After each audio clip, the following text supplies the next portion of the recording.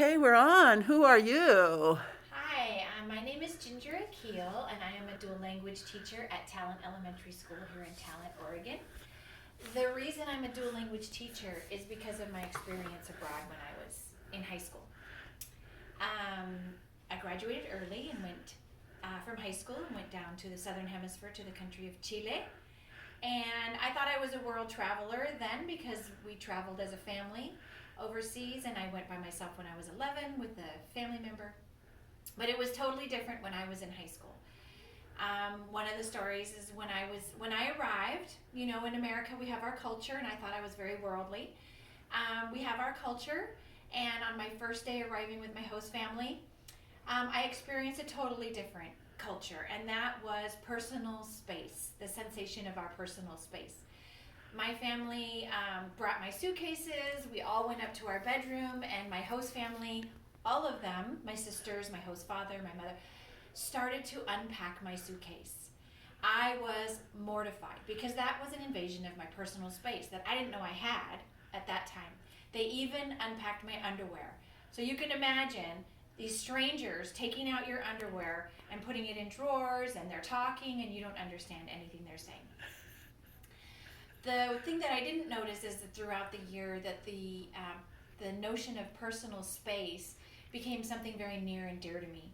And they're, you know, kids, boys, girls, high school friends, they sit on top of each other, they walk arm in arm, and it doesn't matter, boys and girls. And I never noticed that that was happening to me. The notion of lack of personal space, invasion of my personal space, which I came to actually, it became part of me as who I was.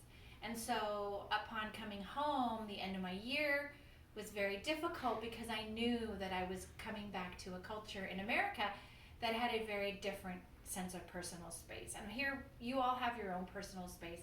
I have my own personal space. But I have to tell you that I have very little personal space now.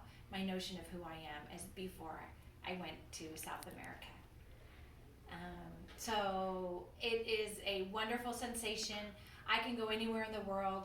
We see men walking arm in arm, holding hands, and you don't get any other notion in the fact that they're very close, that they're close friends, they're family members, and people in the rest of the world really don't think twice about that.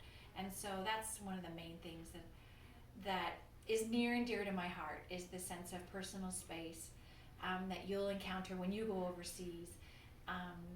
It'll just be something new. So something to think about when you decide to go overseas is that notion of American personal space versus European versus South American versus African, wherever you end up, in Asia, wherever you end up. So something to think about.